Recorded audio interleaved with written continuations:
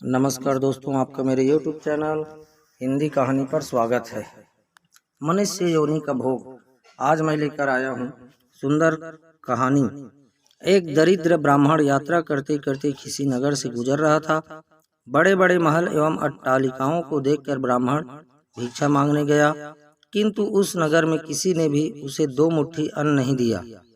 आखिर दोपहर हो गई तो ब्राह्मण दुखी होकर अपने भाग्य को कोसता हुआ जा रहा था। सोच रहा था, कैसा मेरा दुर्भाग्य है, इतने बड़े नगर में मुझे खाने के लिए 2 मुट्ठी अन्न तक नहीं मिला। रोटी बनाकर खाने के लिए 2 मुट्ठी आटा तक नहीं मिला। इतने में एक सिद्ध संत की निगाह उस ब्राह्मण पर पड़ी। उन्होंने ब्राह्मण की बड़बड़ाहट सुन ली। वे बड़े पहुंचे हुए संत थे। उन्होंने कहा कि हे दरिद्र ब्राह्मण, तुम मनुष्य से भिक्षा मांगो, पशु क्या जाने भिक्षा देना। यह सुनकर ब्राह्मण दंग रह गया और कहने लगा, हे महात्मन, आप क्या कह रहे हैं? बड़ी बड़ी अट्टालिकाओं में रहने वाले मनुष्यों से ही मैंने भिक्षा मांगी है। महात्मा बोले, नहीं ब्राह्मण, मनुष्य शरीर में दिखने वाले वे लोग भीतर से मनुष्य नहीं हैं। अभी भी वे पिछले जन्म के हिसाब से ही जी रहे हैं। कोई शेर की योनि से आया है, तो कोई कुत्ते की योनि से आया है, कोई हिरण की योनि से आया है, तो कोई गाय या भैंस की योनि से आया है। उनकी आकृति मानव शरीर की जरूर है, किंतु अभी तक उनमें मनुष्यत्व निखरा नहीं है, और जब तक मनुष्यत्व नहीं निखरता तब तक दूसरे मनुष्य की पीड़ा का पता नहीं चलता। दूसरे में भी मेरा प्रभु है, यह ज्ञान नहीं होता। तुमने मनुष्यों से नहीं, पशुओं से भिक्षा मांगी है। ब्राह्मण का चेहरा दुख व निराशा से भरा था। सिद्ध पुरुष तो दूरदृष्टि के धनी होते हैं। उन्होंने कहा, देख ब्राह्मण, मैं तुझे यह चश्मा देता हूँ। इस चश्मे को पहनकर जा और कोई भी मनुष्य दिखे उससे भिक्षा मांग, फिर देख क्या होता है। वह दरिद्र ब्राह्मण जहाँ पहले गया था वहीं पुनः गया और योग सिद्ध कला वाला चश्मा पहनकर गौर से देखा। ओहो, वाकई कोई कुत्ता है, कोई बिल्ली है, तो कोई बघेरा है। आकृति तो मनुष्य की है, लेकिन संस्कार पशुओं के है। मनुष्य होने पर भी मनुष्यत्व के संस्कार नहीं है। घूमते घूमते वह ब्राह्मण थोड़ा सा आगे गया तो देखा कि एक मोची जूते सिल रहा है। ब्राह्मण ने उसे गौर से देखा तो उसमें मनुष्यत्व का निखार पाया।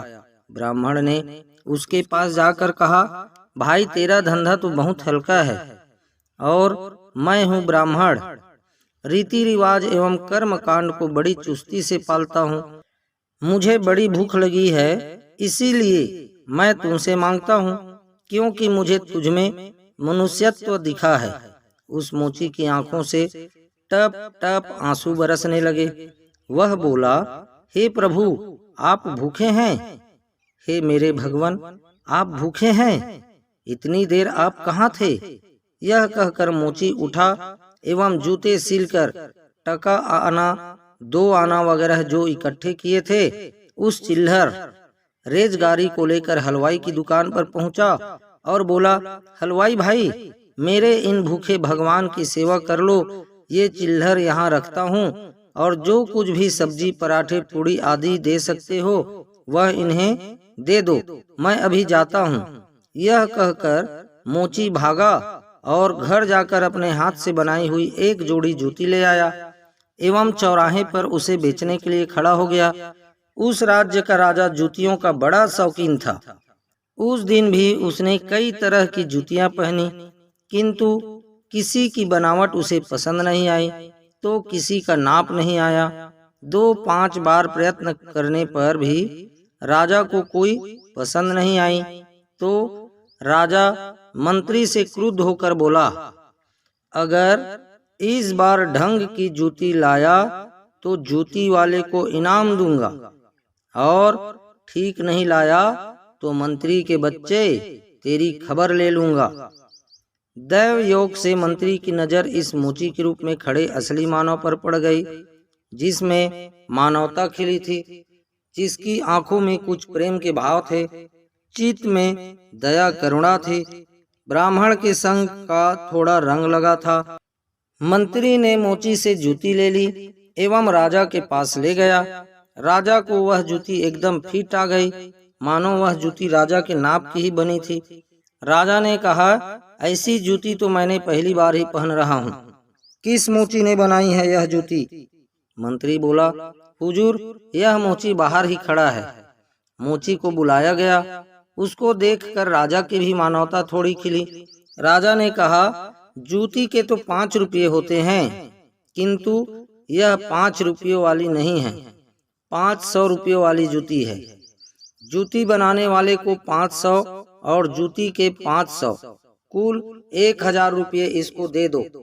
मोची बोला, राजा जी तनिक ठहरिए, यह जूती मेरी नहीं है, जिसकी है उसे मैं अभी ले आता हूँ।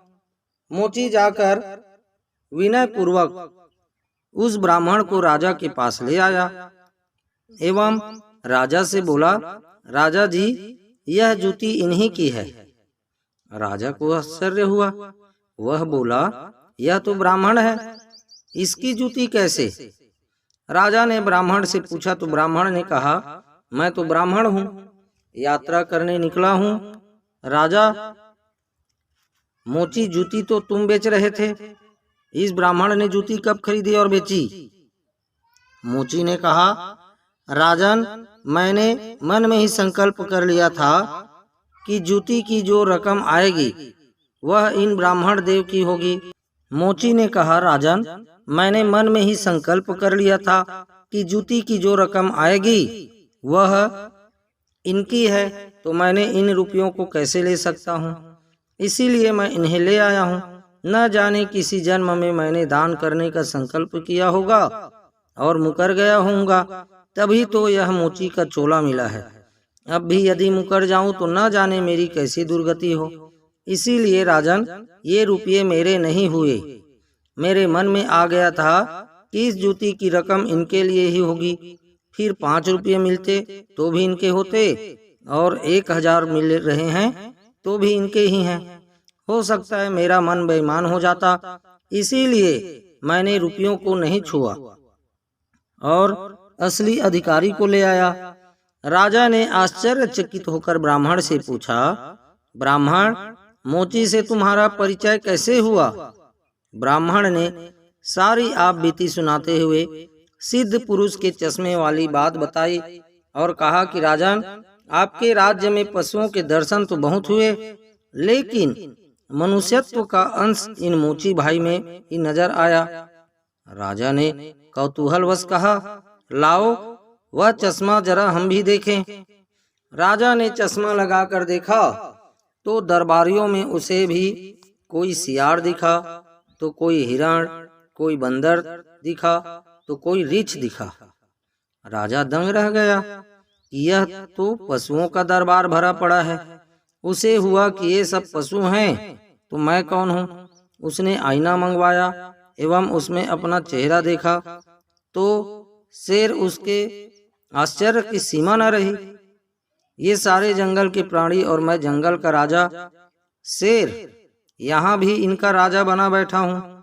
राजा ने कहा, ब्राह्मण देव, योगी महाराज का यह चश्मा तो बड़ा गजब का है। वे योगी महाराज कहाँ होंगे? ब्राह्मण, वे तो कहीं चले गए। ऐसे महापुरुष कभी कभी ही और बड़ी कठिनाई से मिलते हैं। श्रद्धावान ही ऐसे महापुरुषों से लाभ उठा पाते हैं।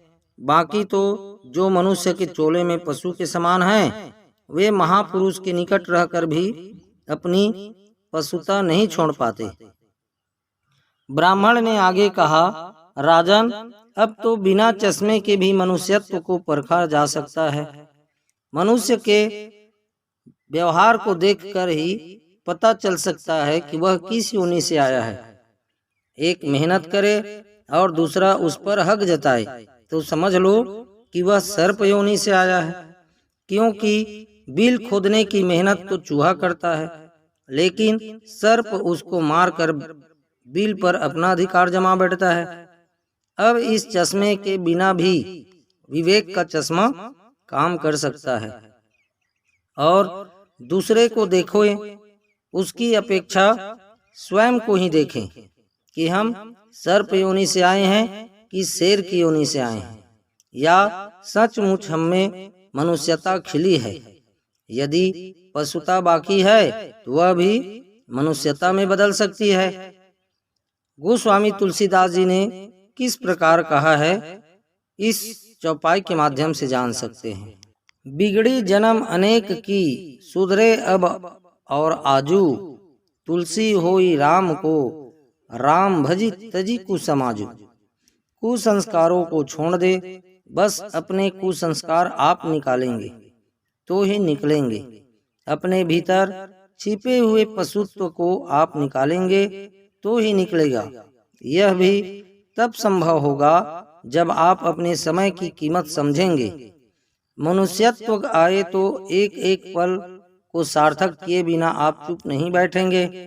पशु अपना समय ऐसे ही गंवाता है। पशुत्व के संस्कार पड़े रहेंगे तो आपका समय बिगड़ेगा। अतः पशुत्व के संस्कारों को आप बाहर निकालिए एवं मनुष्यत्व के संस्कारों को उभारिए।